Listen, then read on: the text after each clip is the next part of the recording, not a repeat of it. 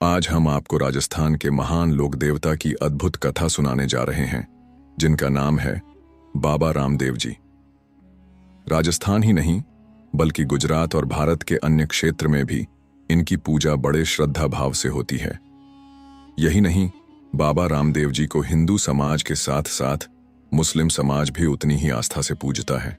इसी कारण इन्हें कई नामों से जाना जाता है, रामसा पीर, रामदेव पीर, पीरों के पीर इत्यादि।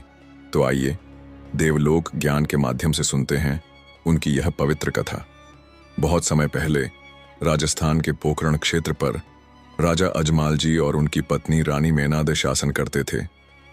यद्यपि उनका राजपाट समृद्ध था, फिर भी उनके जीवन में एक बड़ी कमी थी। उन्हें संतान सुख प्राप्त नहीं हुआ था।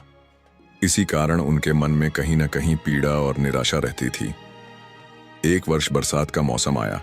सुबह सुबह किसान हल बैल लेकर खेत जोतने निकले थे। रास्ते में अचानक उनकी भेंट राजा अजमाल जी से हुई। राजा को देखकर सभी किसान वापस लौट पड़े। यह देखकर राजा को बड़ा आश्चर्य हुआ। उन्होंने पूछा, अरे भाइयों, भगवान इंद्र की कृपा से इस वर्ष समय पर वर्षा हुई है। यह तो बोवाई का शुभ समय है। खेत में जाकर फसल तैयार क्यों नहीं कर रहे?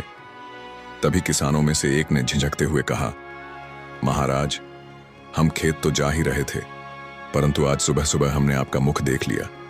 कहते हैं कि यदि प्रातः किसी निरौलाद जिसके संतान न हो का दर्शन हो जाए तो कार्य सफल नहीं होता, इसलिए हम आज खेतों में नहीं जाएंगे। यह वचन सुनकर राजा अजमाल जी के हृदय पर गहरा आघात हुआ। उनकी आंखों में पीड़ा भर आई। अब वे और भी अधिक संतानहीन होने के दुख से व्याकुल रहने लगे। राजा अजमाल जी भगवान श्री कृष्ण के परम भक्त थे। उन्होंने निश्चय किया, मैं स्वयं द्वारका जाऊंगा और प्रभु श्री कृष्ण से ही संतान प्राप्ति का आशीर्वाद मांगूंगा।